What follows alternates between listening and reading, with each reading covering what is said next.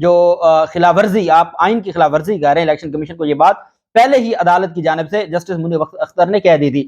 Justice محمد علی مظہر صاحب کا بھی یہی پوائنٹ آف ویو ہو سکتا ہے۔ اب جسٹس منصور علی شاہ صاحب اور جسٹس جمال مندوخیل صاحب دوسری طرف ہیں۔ اب 5 رکنی بینچ جب تشریف لایا تو 5 رکنی بینچ نے کہا جی کہ 4 ججز نے اپنے آپ کو الگ کر لیا ہے، اب ہم 5 رکنی جو بینچ ہے یہی بینچ، کوئی اور بینچ نہیں ہوگا۔ جو یہ کہا گیا تھا کہ نیا بینچ تشکیل دیا جائے، کوئی نیا بینچ نہیں ہوگا، بلکہ یہی 5 رکنی بینچ بیٹھ کے سماعت کرے گا۔ میرے خیال میں جب یہ جو میٹنگ روم میں بات ہوئی ہوگی تو جج صاحب نے کہا ہوگا کہ ٹھیک ہے، چیف جسٹس صاحب نے کہا ہوگا کہ جن کو یہ لگتا ہے کہ ہر حال میں فل کورٹ بینچ ہونا چاہیے وہ بھی اپنے آپ کو الگ کر لیں، جن دو کے اوپر اعتراض آ رہے ہیں وہ بھی الگ کر لیں، جو میرے ساتھ 5 رکنی بینچ میں بیٹھنا چاہتا ہے وہ میرے ساتھ بیٹھ جائے، میں تو اب ایسی کیس کو ڈیسائیڈ کروں گا۔ اب یہ معاملہ آئین کی تشریح کا ہے، اس کو ہم لٹکا نہیں سکتے، اس معاملے کو بہت آگے نہیں لے کے جا سکتے، معاملہ یہیں ڈیسائیڈ ہوگا۔ فاروق اچنائک صاحب کھڑے ہو گئے۔ فاروق اچنائک صاحب نے کہا جی کہ ہماری درخواست ہے کہ جی فل کورٹ بینچ بنایا جائے۔ اب بیسیکلی جو ان کی درخواست تھی وہ یہ تھی کہ 2 ججز کو ہٹایا جائے، اور انہوں نے یہ بھی کہا، جو ان کی جانب سے پہلا عدالت کے سامنے بیان سٹیٹمنٹ دی گئی اور پھر ان کی جانب سے ایک درخواست دی گئی، تو عدالت نے پہلے کہا کہ ہم کل آپ کا جو فل کورٹ بینچ کا معاملہ ہے اس کو بھی سنیں گے، لیکن بار بار فاروق اچنائک صاحب کی جانب سے کہا جا رہا تھا کہ نہیں جناب، ہماری فل کورٹ بینچ کا جو فیصلہ ہے وہ کریں پھر سماعت شروع کریں۔ عدالت نے جو مشترکہ طور پر ان کی جو درخواست ہے اس کو مسترد کر دیا، 5 رکنی بینچ نے فل کورٹ بینچ بنانے کی درخواست مسترد کر دی۔ عدالت نے کہا ہم تو کل اس کیس کا فیصلہ سنانے جا رہے ہیں، بس بہت ہو گیا، ہم اب آئین کی جو خلاف ورزی ہے اور آئین کی جو تشریح ہے اس میں اب ہم دیر نہیں کریں گے۔ ساتھ عدالت کی جانب سے یہ کہا گیا کہ بڑے دکھ کی بات ہے کہ جسٹس جمال مندوخیل صاحب کا جو نوٹ ہے ابھی تک فیصلہ آج آیا ہے، اور جسٹس جمال مندوخیل صاحب کا جو نوٹ ہے وہ پہلے لیک ہو گیا، پہلے سوشل میڈیا پر آ گیا۔ یہ ایک انتہائی افسوسناک معاملہ ہے اور کوشش کی جائے کہ آئندہ ایسا معاملہ نہ ہو۔ ایک طرح سے عمر عطا بندیال صاحب نے، کیونکہ وہ چیف جسٹس ہیں، وہ اپنے ججز کا بہت زیادہ احترام کرتے ہیں، وہ اپنی عدالت کا احترام کرتے ہیں، عدالتی عملے کا احترام کرتے ہیں۔ اگر عدالتی عملے کی جانب سے کسی نے بھی، جو بھی تھا، کس کے کہنے پر انہوں نے یہ نوٹ لیک کیا، لیکن عدالت نے عدالتی عملے کو شٹ اپ کال دی ہے کہ آئندہ ایسا نہ ہو کہ جی ابھی فیصلہ، تحریری فیصلہ ویب سائٹ پر آیا نہیں ہے اور آپ کی جانب سے یہ کر دیا جائے، نہیں ایسا نہیں ہوگا۔ بہرحال عدالت نے جو آنریبل ہیں بیرسٹر علی ظفر صاحب، ان کو روسٹرم پر بلا لیا، ان کو کہا جی کہ ہم 5 رکنی بینچ سنے گا، آج بھی سنے گا، کل 9:30 بجے ہم سماعت شروع کریں گے اور کل ہم ہر حال میں اس کیس کو وائنڈ اپ کریں گے۔ آپ بتائیں کیوں آپ یہ چاہتے ہیں کہ جی سپریم کورٹ آف پاکستان کو یہ معاملہ دیکھنا چاہیے؟ اس پر جو بیرسٹر علی ظفر صاحب ہیں، ان کے جو دلائل جاری ہیں، ان کی جانب سے یہ کہا گیا ہے کہ جناب والا گورنر نے اسمبلی تحلیل کرنی یا نہ کرنی، گورنر کے پاس اس کا کوئی اختیار نہیں ہے۔ آئین پاکستان نے بڑا واضح کہہ دیا ہے کہ آپ نے اگر چیف منسٹر کی جانب سے آ گیا ہے، 48 گھنٹے گزر گئے ہیں، 48 گھنٹے میں آپ نے اسمبلی تحلیل نہیں کی، وہ آٹومیٹیکلی جو آئینی طریقہ کار سے اور قانون کے جو حرکت سے وہ اسمبلی ڈیزالو سمجھی جائے گی۔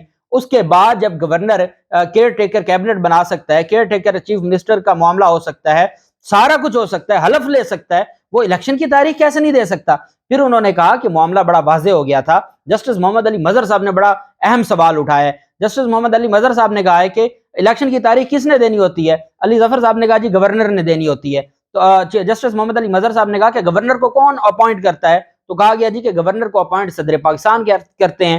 تو اس پر پھر جسٹس محمد علی مظہر صاحب نے کہا کہ اگر گورنر کو اپوائنٹ صدر پاکستان کرتے ہیں اور اگر گورنر نے الیکشن کی تاریخ دینی ہے اور گورنر اپنی آئینی ذمہ داری نہیں نبھا رہا، تو پھر اگر صدر پاکستان نے نبھا دی ہے تو اس میں کون سی غلط بات ہوئی؟ یہ آج کورٹ روم میں یہ بات جسٹس محمد علی مظہر صاحب نے کی ہے، بڑے کلیئر کٹ انداز میں کی ہے۔ چیف جسٹس عمر عطا بندیال صاحب پہلے یہ بات کر چکے ہیں کہ 90 دن کی جو ہے وہ 90 دن میں ہی ہونا ہے، اور جسٹس منیب اختر صاحب تو پہلے ہی کہہ چکے ہیں کہ گھڑی کی جو ٹک ٹک ہے وہ وقت گزرتا جا رہا ہے۔ اب علی ظفر صاحب کے یہ دلائل ہیں کہ جب یہ سارا معاملہ ہو گیا اور گورنر کو کہا گیا، گورنر نے اپنا سارا اختیار دے دیا الیکشن کمیشن آف پاکستان کو۔ الیکشن کمیشن آف پاکستان کو لاہور ہائی کورٹ نے کہہ دیا ہے کہ آپ الیکشن کی تاریخ دیں، پشاور ہائی کورٹ نے ان سے الیکشن کا شیڈول مانگ لیا ہے، لیکن الیکشن کمیشن بجائے اس کے کہ ہائی کورٹ کے آرڈرز پر عمل درآمد کرے، وہ تو ان کی بات سننے کو تیار نہیں ہے۔ صدر پاکستان نے خط لکھا ہے مشاورت کے لیے، اور جو چیف الیکشن کمشنر ہیں وہ مشاورت کرنے کو تیار نہیں ہے۔ جب وہ مشاورت کرنے کو تیار نہیں ہے تو یہ معاملہ کیسے آگے جا سکتا ہے؟ کس طریقے سے یہ ساری چیزیں آئین اور قانون کے مطابق ہو سکتی ہیں؟ تو علی ظفر صاحب نے کہا کوئی اور حل نہیں ہے سوائے اس کے کہ سپریم کورٹ آف پاکستان اپنا آئینی کردار نبھائے، چونکہ یہاں پہ ڈیڈ لاک آ گیا ہے، جہاں پہ آئینی ڈیڈ لاک آ جائے وہاں سپریم کورٹ کی ذمہ داری بنتی ہے، ہائی کورٹ فیصلہ دے دے، کل وہ پھر اپیلیں لے کر آئیں اور 90 دن تو گزر جائے گا، جب 90 دن گزر جائے گا تو آپ فیصلہ دیں گے بھی تو کیا فائدہ اس کا۔ اس وقت 14 جنوری کو اسمبلی تحلیل ہوئی ہے اور اس وقت 1.5 ماہ سے زائد عرصہ گزر گیا ہے، ابھی تک الیکشن شیڈول نہیں آیا، یہ آئین کی کھلم کھلا خلاف ورزی ہے، انتخابات کروانا الیکشن کمیشن کی ذمہ داری ہے۔ اور گورنر کو جب کہا گیا تو گورنر نے کہا جب میں نے اسمبلی تحلیل نہیں کی تو میں کیوں آپ کے اس معاملے میں پڑھوں۔ بہرحال سماعت جاری ہے، جو بینچ کا ٹوٹنا، بینچ کا بننا، جو مندوخیل صاحب کا نوٹ اور جو فل بینچ کی استدعا مسترد ہونا، یہ ساری چیزیں میں نے آپ کے ساتھ شیئر کر دی ہیں۔ علی ظفر صاحب کے دلائل ابھی جاری ہیں، اگلے ویلاگ میں آج کی جو بقیہ سماعت کا حوالہ ہے وہ بھی میں آپ کے سامنے رکھوں گا، اور 14 صفحات پر مشتمل جو فیصلہ ہے سپریم کورٹ کا 23 فروری کا، جس میں 4 ججز کا اختلافی نوٹ ہے، وہ بھی میں آپ کے ساتھ شیئر کروں گا۔ اللہ پاک پاکستان کا حامی و ناصر ہو۔ بہت شکریہ، اللہ حافظ، پاکستان زندہ باد۔